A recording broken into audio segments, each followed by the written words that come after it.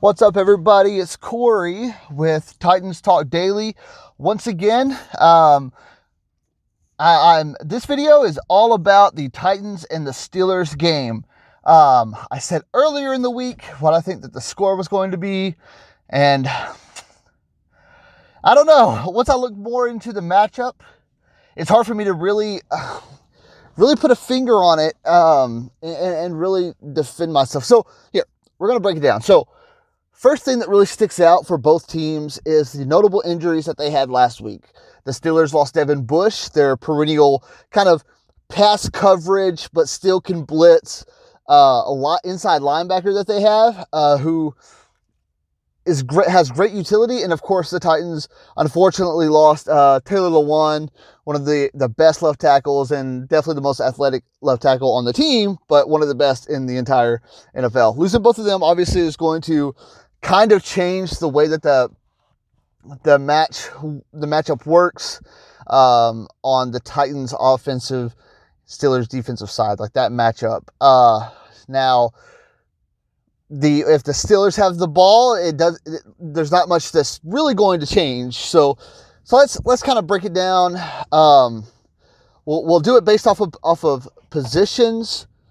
And then I'll round it off at the end with a nice little bow of final score and just some key things to consider, in my opinion. So, first of all, we're going to go with the Steelers offense versus the Titans defense is what we're going to go with first. Okay, so Ben Roethlisberger has had a great season. 11 touchdowns, 1 interception.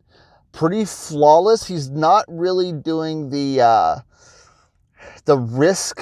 He's not really taking risks this year. However, he still does not like being pressured. He's an old body. A lot of old bodies just like him.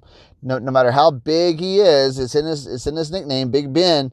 No matter how big you are, once you get to a certain age, and you're being pressured over and over again from the outsides, from the insides, you want to step up and you want to get rid of the ball.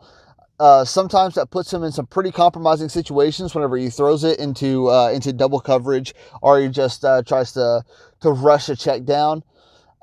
So that's something to consider. I feel like the Titans are really good at forcing check downs. The problem is the check downs are pretty consistent. A lot of the offenses can get those check downs a lot.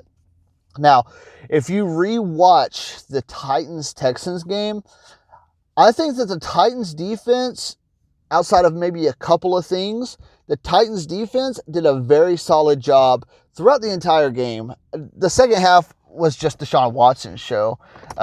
Everybody talks about, how well Ryan Tannehill did. Deshaun Watson, if he didn't lose, he would have probably won the offensive player of the week for the AFC, probably, because he tore into the Titans and he made plays that shouldn't have happened. That I think somebody referred to him as the Michael Jordan of quarterbacks, and that's not talking about his greatness, but his ability to improvise, and we saw that on full display against the Titans. So if you rewatch that game, the Titans defense looked pretty good, but there is some threading the needle that Deshaun Watson did, getting out of compromised positions that Deshaun Watson did, stuff that I don't think that Big Ben can do anymore. So what it really comes down to is the pass rush and the pass protection. The Browns were getting some success rushing the passer, but their pass rush is a little bit better with people like Myles Garrett. Their pass rush is going to be better, especially also since the Titans don't seem that they don't want to change up their blitz packages too much. They kind of want to keep it in like the same wheelhouse of 4 or 5 people blitzing and focus on not allowing the big plays to happen, which the Titans are one of the best in the NFL at avoiding the big plays. So whenever we look at the matchup that Big Ben has and everything that he needs to see, that he's going to see around him, okay? So the offensive line. Obviously, the Steelers have a really great offensive line. The unfortunate situation for the Steelers, though, is that it's not as good last year as it has been in the past. Villanueva is still great. There's still a lot of talent on that offensive line, but Mike Munchak no longer with the Steelers. He's with Denver Broncos or something. He's somewhere else. Doesn't matter, but he gone. So people like Villanueva aren't having as successful of a season with Mike Munchak gone. So you see a lot of speed being able to kind of go around Villanueva, because Villanueva he's not the most agile of tackles. He's good. Obviously he's very good, but he's not the most agile in the bottom half of his body. He's not like a Taylor Lewan type. So there could be some pass rushes on his side that could cause some trouble. There's some pretty decent youth in the guard position for the Steelers. So that's another thing to think about, is how are the Titans going to implement interior blitzes on, of course they still have Pouncey, but they still have youth next to Pouncey. Still talent. I think it was a 4th round pick, but he's starting. You know what I'm saying? So being a 4th round pick and still getting the start for a Super Bowl contending team lets you know he is talented. He's just young, and he's going to have to deal with the likes of Jeffrey Simmons for pretty much the whole entire game. So you're going to see a lot of help from the center position. Pouncey's going to give a lot of help, try to neutralize Jeffrey Simmons as much as possible. That's the reason why I kind of favor the idea of running more front-heavy sets and letting James Conner kind of play his game a little bit, in my opinion. I feel like the Titans rush defense is not that great, but I think they just let big run plays happen every once in a while. I think that's their big thing, because you'll see them just stop, like at the line of scrimmage, stop. And then later on in the game, somebody will break like a 40-yarder or something like that, and then it'll mess up the whole game as far as like their rush stop. So James Conner has had a really good season with Big Ben as the quarterback again. He's had multiple games, I think 4 games or 3 games. He's had over 100 yards rushing, which is a lot better than what he had last year, because defenses just did not trust Mason Rudolph or Duck Hodges. And so they kind of gave him, clamped down on the run and forced James Conner to work a little bit harder. But now that Big Ben is back and he's playing as good as he ever has, of course, like I said, he's a little more fragile. He doesn't want to take those hits anymore. So they're able to do a little bit more with the run. So James Conner is really able to take advantage of that. Of course, Jeffrey Simmons being one of the best in the NFL at stopping the run. I don't see how James Conner could really get any more than maybe 60 yards rushing, and that would be with like one 20-yard run and maybe a 10-yard run. I think that he's going to have a lot of trouble. So whenever we look at the line of scrimmage, offensive line versus defensive line, I do think that the Titans' defensive line has an advantage. Jadeveon Clowney on the right side, he is kind of like an unpolished pass rusher, but he's explosive off the line. He has quick, strong hands, so he's able to beat any kind of solo coverage. So with that being said, if the Titans want to run like a four-man front, right? If they want to run like a 2-4, like a 2-4-5 or like a 3-4, some sort of defense along that line where you're going to have plenty of people on the defensive front and force Jadeveon Clowney to play one-on-one with their right tackle, I think that could really bode well for the Titans. And I think that Jadeveon Clowney could have a big game because he has been getting teamed up a lot, but he hasn't really faced an offensive line that's been incredibly useful like the Steelers has, and an offensive line who just recently lost like a Hall of Fame coach, offensive line coach. I mean, he's a Hall of Famer as an offensive lineman, and he's been outstanding everywhere he goes as an offensive line coach. Not so much as a head coach, if you're a Titans fan. So the line in the trenches, the battle in the trenches, whenever the Steelers have the ball, I give that advantage, a slight advantage to the Titans. There's too much speed, and there's a lot of power on that inside, a lot of power. I think Jeffrey Simmons, as of right now, in my opinion, looks like an all-pro. Maybe second-team all-pro behind like your Aaron Donald and your oh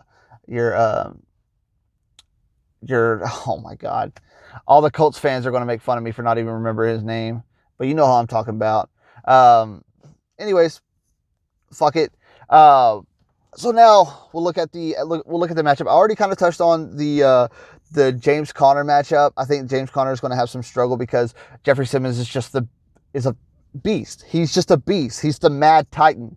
He's ridiculous on the inside. So I don't see that he would have very many opportunities to really get his run game going. I think that the Titans will probably start off really strong in the passing game. It would start off with a 2-touchdown lead and would force the Steelers to rely more on their passing, less on their rushing. So the more, like I said at the beginning, the more that I look at this matchup, the more that my score at the end kind of has changed. So I think James Conner's not going to have a big game. I think he's going to be really relegated or regulated. Either one works, I guess. But it's going to rely a lot on the hands of Big Ben. And Big Ben is going to get a lot of help from his wide receivers. The wide receiver matchups are going to be, it could be troublesome for the Titans. We'll start off with Juju Smith-Schuster, who plays a big body slot. That means that he's going to go against Fuller or Jackson, Chris Jackson, the two rookie cornerbacks. They've both been pretty good, given them being rookies and being basically forced into the situation with the Dory Jackson out while he's still out. It's going to be one of them going against Juju. Neither one of those cornerbacks are really used to playing big body slots, especially with the talent of Juju Smith-Schuster. So we could see Juju have a big game. Claypool is an absolute threat, but I think that they like to use him as more of a deep threat. And like I said, Titans do not allow deep balls. I'm not saying that Claypool couldn't snag a 60-yarder. I'm not saying that that's not the case. I just think that long-term, you're not going to see him just rip the defensive backfield apart just because they're so good at stopping deep threats. And mostly the kryptonite is checkdowns. So I believe that in this matchup, the Titans will be satisfied with letting checkdowns happen. So I could see Juju using his big body to do a lot of quick slants, a lot of inside stuff, trying to take advantage of the Titans trying to have like a heavier front on the defensive line. And Juju could get 10 receptions, 120 yards. That would not surprise me at all. But taking away those deep balls and taking away that outside of 15-yard look is going to be important for the Titans. They've been able to do it. Washington is still a speedy outside receiver. I don't know if I'm assuming that Malcolm Butler is going to be on him and Jonathan Joseph is going to be on Claypool, which is the matchup that I would prefer. But I think that I would prefer Christian Fulton on Washington more, and then allowing Butler to do more of a almost like a nickel or wide receiver 4, or assisting with tight ends, or even just using him for like blitzes and stuff like that, DB blitzes, because I don't think that any of those wide receiver matchups I feel comfortable with him. So that's what it looks like. I feel like that's going to be the biggest problem in the game for Titans defense, is handling the wide receiver talent that they have. Of course, they also have Eric Ebron, at the tight end position. I feel like the Titans have done pretty good against tight ends so far, so I'm not really worried about him, especially since he hasn't really produced consistently. That doesn't mean that Ben's not going to target him, but I have a lot of faith in Jayon Brown in dealing with tight ends, and of course, like, you know, Kevin Byard and such. So now moving forward, so now Titans have the ball, right? Titans on offense, Steelers on defense. Everybody knows about the Steelers pass rush. That's nothing new. Steelers have always been great with linebackers and their defensive front since the freaking 70s. Not much changes over the years. There's a recipe that's always worked for the Steelers, and it continues to. Now, what they have now versus what they've had before, versus having like James Harrison and Joey Porter, which is pretty like shocking agility, but mostly like brute strength, so they'll bull rush a lot. They have J.J. Watt, quick hands. He could do some bull rushing too, but mostly he's going to swipe and like swim. I'm doing the action of swimming, so I'm not trying to send y'all on a trip. Sorry, but I talk with my hands. He'll do a lot of swipe and swims, and he'll find ways to get around. Now he's going to be going against more than likely Dennis Kelly, for probably the whole entire game, because he doesn't typically play the opposite side. He typically doesn't go against left tackles.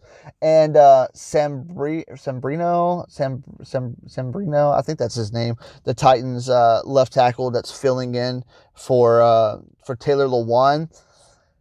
He did a pretty decent job on that left side. After, obviously, he did give up that sack, but he just stepped in and he just had to deal with J.J. Watt like immediately. So I don't think any backup left tackle is going to do great in that situation, but I still feel like he did a pretty solid job.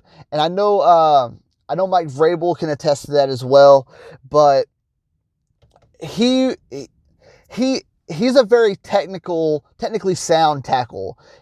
He focuses on his footwork. He focuses on his hand positioning. He doesn't make a whole lot of mistakes. That's what's good about him filling in for Taylor Lewan. Taylor Lewan doesn't make mistakes. He's very athletic, and he's technically sound as well. Ty, the left tackle that's going to be filling in for Taylor Lewan, he also is technically sound, not as agile, but still kind of a smaller body left tackle. So he might actually be able to handle the left side blitzes, the speed rush blitzes from Bud Dupree out of the left side pretty decently, at least enough to give Ryan Tannehill time to go to a check down, or maybe even take those shots downfield that he likes to do. But I think mostly it's going to be a lot of check downs for the Titans, because even though, I mean, I can sit here and talk about how good Dennis Kelly is on the right side. I can talk about how solid Ty is at being a very technically sound left tackle. You're still gonna have to worry about speed and just overall talent. TJ Watt is probably the defensive player of the year at this point in the season, at least in the conversation. And he should honestly be number one, but that's beside the point. So while Dennis Kelly is good, he is very good. He uses his big body in a very effective way. He basically uses his body to swallow, which he can do with J.J. Watt, because J.J. Watt is a little bit smaller, or not J.J. T.J. Watt is a little bit smaller than J.J., and he still did a pretty decent job against J.J. Watt. So while T.J. is faster than J.J., maybe using his big body will kind of using his body will kind of be able to regulate the speed of TJ and his swimming and all of his little swatting and stuff like that he does whenever he meets the offensive lineman. So now whenever we look at the interior line, Steelers spectacular still. They got Hayward and they got Timmons, right? Yes? To not Timmons.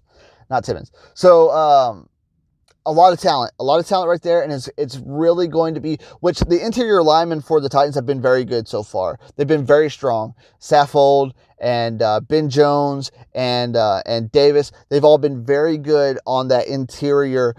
This is like expert mode. We're playing on expert mode now. This is probably the best defensive line group in the NFL.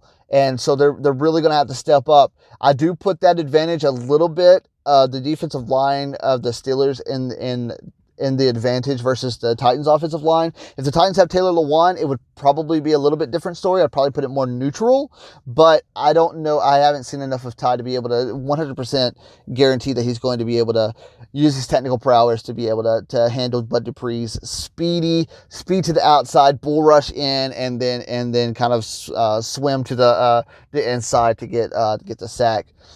I don't know 100% if he'll be able to stop that, especially like I said, because he is a smaller body and he does focus more on technical prowess opposed to big body like Dennis Kelly. And apparently Isaiah Wilson is off the table.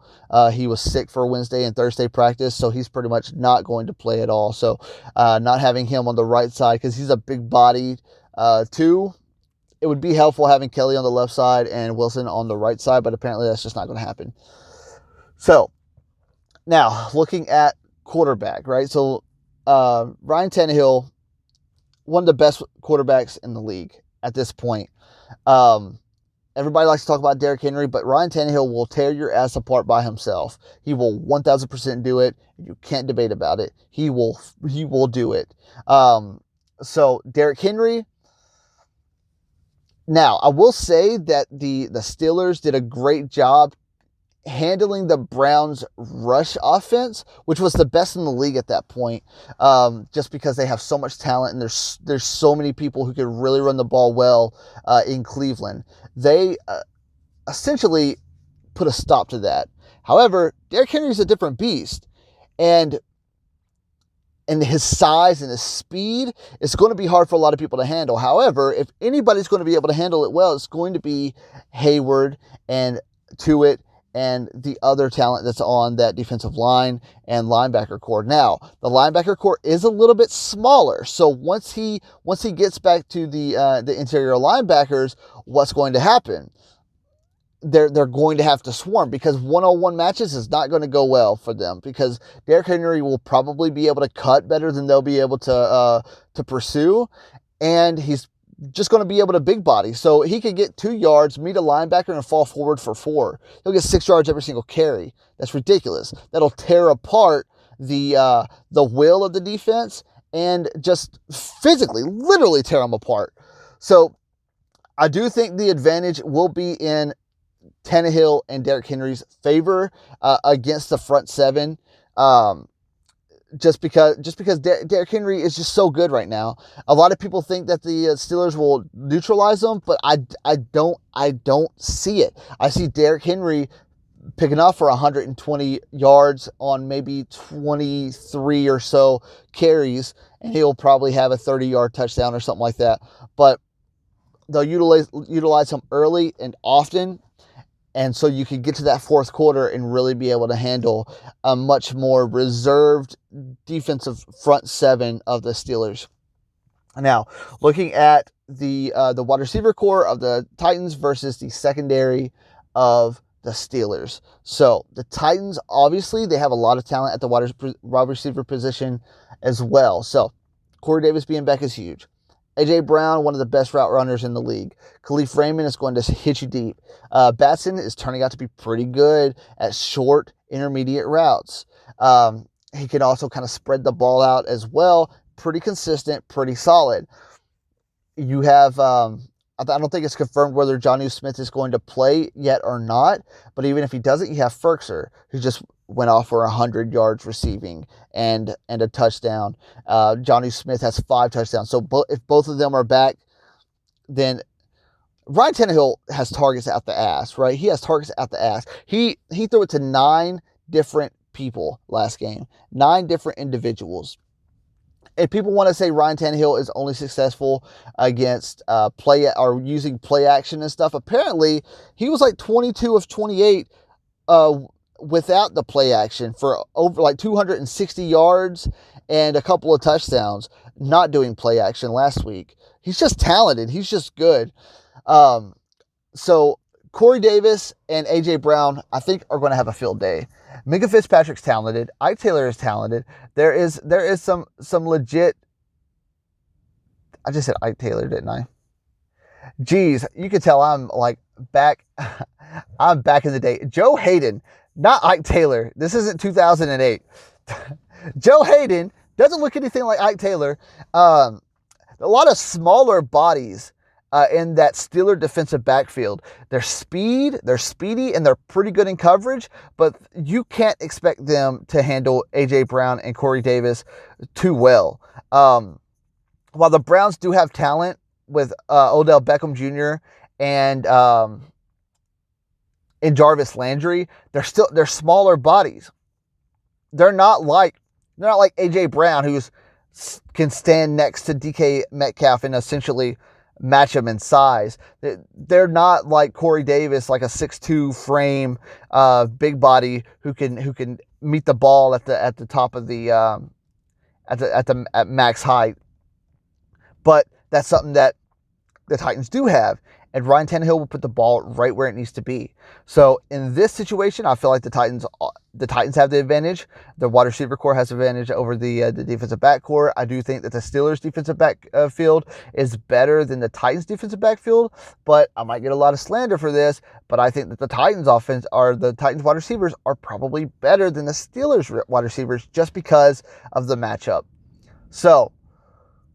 Special teams, you have Gostkowski to worry about. You don't really know which version of Gostkowski you're going to get. He's able to hit it whenever it's clutch, but if he'd hit all of them, we wouldn't be in a lot of these situations. So, special teams for Titans is very good, and the Steelers' special teams is pretty good. So